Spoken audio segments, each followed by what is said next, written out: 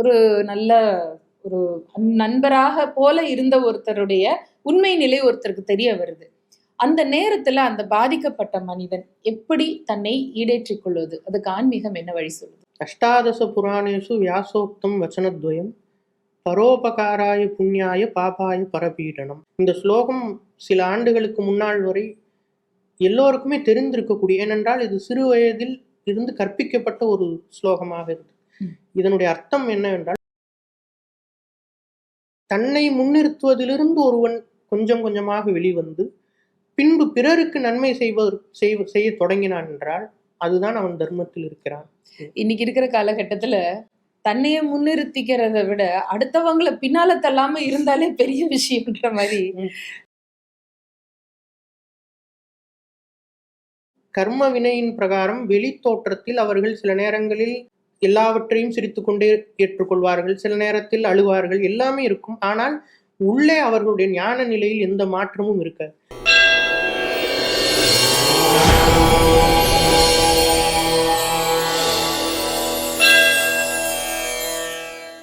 அதுலதான் இப்போ ஹிந்து சமயம், ஹிந்து மதம் அப்படிங்கிறத விட தர்மம் அப்படிங்கிறதுக்கு நம்ம பெரியவர்கள் சொல்லி இருக்கக்கூடிய அந்த முறைகளை, அதுக்கு என்ன பொருள் அப்படிங்கறத எளிய மக்களும் புரிஞ்சுக்கிற மாதிரி கொஞ்சம் சொல்லுங்க. தர்மம் அப்படிங்கிற சொல் எனக்கு தெரிஞ்சு ஹிந்து சமயத்துக்கு மட்டும்தான் சொல்லப்படுகிறதுன்னு நினைக்கிறேன். அதுக்கு என்ன காரணம்? அவ்வளவு மூத்த அந்த வாழ்வியலா, அது தர்மமா, அது எப்படி அதை புரிந்து கொள்வது? தர்மம் அப்படின்னு சொன்னாலே நாம் எதை கடைபிடிக்க வேண்டுமோ அதுதான் தர்மம்.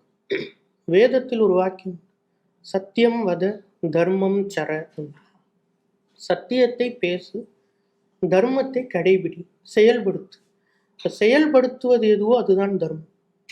செயல்படுத்தக்கூடியது எப்படி, அதை செயல்படுத்துவது, தர்மம் என்றால் என்ன என்பதற்கு எத்தனையோ விளக்கங்கள், எத்தனையோ மகான்கள், ஆச்சாரிய புருஷர்கள் எல்லோரும் கொடுத்திருக்கிறார். ஆனால் அதை மிக எளிமையாக சொல்ல வேண்டும் என்றால் ஒரு ஸ்லோகம் உண்டு. அஷ்டாதச புராணேஷு வியாசோக்தம் வச்சனத்வயம் பரோபகாராய புண்ணியாய பாபாய பரபீடனம்.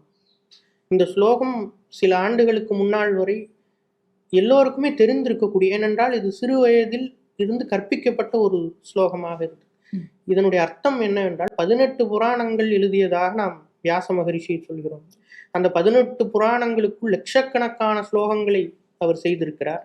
இதையெல்லாம் பார்த்துத்தான் நாம் தர்மத்தை தெரிந்து கொள்ள வேண்டுமா என்று கேட்டால் அதற்கு சொல்லக்கூடிய பதில் தேவையே இல்லை. 2 விஷயங்களை தெரிந்து கொண்டாலே நீங்கள் தர்மத்தை தெரிந்து கொண்டதாக. வியாசர் சொன்னது இந்த 2 விஷயங்களுக்குள் அடங்கிவிடும். அப்படி என்ன 2 விஷயங்கள் என்றால், பரோபகாராய புண்ணியாய பாபாய பரபீடனம். பிறருக்கு நம்மால் முடிந்த வகையில் உதவி செய்தால் அது புண்ணியம், பிறருக்கு நம்மால் இயன்ற வகையில் துன்பம் செய்தால் அது பாவம். இந்த 2ஐ நாம் தெரிந்து கொண்டாலே இதுதான் தர்மத்தை இதைவிட சுருக்கி சொல்ல முடியும். இதில் ஒரு நுட்பத்தை நாம் கவனிக்கலாம். இந்த 2 வார்த்தைகளிலுமே பிறருக்கு பிறருக்கு என்றுதான் வருகிறது. பிறருக்கு நீங்கள் நன்மை செய்தால் புண்ணியம், பிறருக்கு தீமை செய்தால் அது பாபம் என்று. அப்போ இந்த சொற்றொடர் நமக்கு காண்பிக்கக்கூடியது, எப்பொழுது நம்மையே முன்னிறுத்தி கொண்டு, ஒரு ஆங்கிலத்தில் செல்ஃப் சென்டர்னஸ் என்று சொல்லுவோம், அந்த தன்னை முன்னிறுத்தக்கூடிய ஒரு பாவம் இருக்கும் வரைக்கும் பிறருக்கான விஷயங்களே நம் மனதிற்குள் வராது. அப்போ தன்னை முன்னிறுத்துவதிலிருந்து ஒருவன் கொஞ்சம் கொஞ்சமாக வெளிவந்து பின்பு பிறருக்கு நன்மை செய்ய தொடங்கினான் என்றால் அதுதான் அவன் தர்மத்தில் இருக்கிறான். இன்னைக்கு இருக்கிற காலகட்டத்துல தன்னைய முன்னிறுத்திக்கிறத விட அடுத்தவங்களை பின்னால தள்ளாம இருந்தாலே பெரிய விஷயம்ன்ற மாதிரி முக்கியமான விஷயம். ஆமா, அதுதானே அதிகமா நடக்கிறது. தன்னைய முன்னிலைப்படுத்திக்கிறதுக்காக முன்னேற போனால் கூட பரவாயில்லை, அதாவது தனிப்பட்ட வாழ்க்கையில அவங்கள முன்னேற்றிக்கிறதுக்குன்னு அடுத்தவர்களை கீழே பிடிச்சி இழுக்கிற பாப செயல்கள் நிறைய நடக்கிறது. அதுதான் வருத்தமா. வெளிப்படையா மட்டும் இல்ல, நிறைய உள்ளார்ந்தும் நிறைய நடக்குது. ஆன்மீக உலகங்கள்லயும் கூட நிறைய நடக்குது. பெரும்பாலும் இந்த வேலை செய்யறவங்க வெளிப்படையா செய்ய மாட்டாங்க, செய்ய முடியாது அவங்களால. அது ஒரு கண்டிப்பா. அதனால அதுதான் நம்ம சொன்னது, பாபாய பரபீடனம்னு. அடுத்தவர்களை துன்புறுத்துவதுன்றது ஏதோ வெளிப்படையா துன்புறுத்துறதுன்றது மட்டும் இல்லை, துன்புறுத்துவதுன்றதுக்கு அர்த்தம் நிறைய இருக்கு. சொல்லால், மனதால், செயலால், நேர்ல நம்ம பேசுறதுக்கு எவ்வளவு இனிமையா பேசிட்டு பின்னால போய் என்ன வேணாலும் செய்யலாம். அதனால கனவிலும் களவாமை வேண்டும் அப்படின்னு சொன்ன மாதிரி. அடுத்து நான் அதை யோசிச்சேன். இப்ப நம்ம புண்ணியம் பாவம்ங்கிறது பேச வந்ததுனால சொல்றேன். புண்ணியங்கள் பட்டியல் நிறைய இருந்தாலும் கூட இன்னைக்கு காலத்துல கொஞ்சம் எச்சரிக்கையும் சொல்ல வேண்டிய அவசியத்துல இருக்கிறதுனால கேக்குறேன். இந்த பாவங்கள் இப்ப நீங்க சொன்னீங்க இல்லையா, உடலால், மனதால், வாக்கால் அப்படிங்கிறதுல, இதுல அதிகமாக இன்னைக்கு நடக்க கூடிய பாவம் எதுன்னு நினைக்கிறீங்க நீங்க? அதனுடைய எதிர்வினை அவங்களுக்கு எப்படி இருக்கும்? அதிகமா நம்ம அப்படி பிரித்து சொல்ல முடியுமான்னு தெரியல.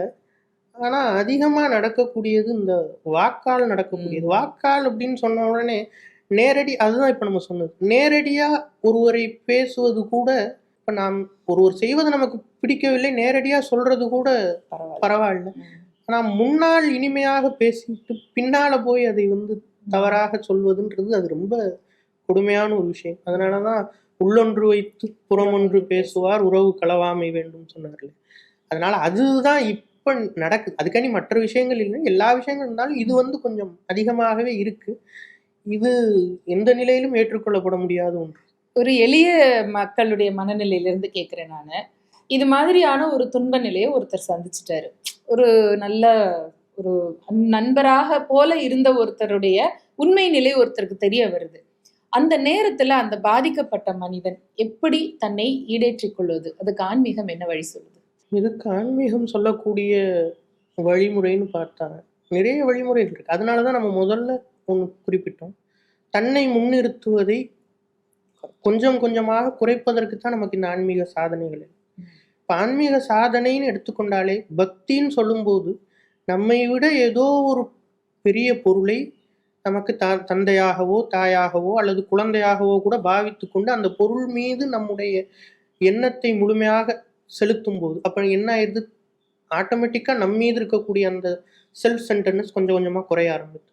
ஞானம்னு எடுத்துக்கிட்டா, நான் இந்த சரீரம் இல்லை, இந்த மனது இல்லை அப்படின்னு சொல்லக்கூடியதான் ஞானத்தினுடைய ஆரம்பம். நேத்தின்னு சொல்றேன்.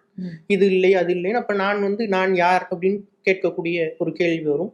அப்பொழுது நான் ஆத்மான்றதும் அப்ப நாம் வைத்திருக்கக்கூடிய இந்த ஒரு லிமிட்டேஷன்ல இருந்து நம்மை நாமே தளர்த்தி கொண்டு நம்முடைய உண்மை நிலையை நோக்கி போகும். அது ஞானத்தினுடைய.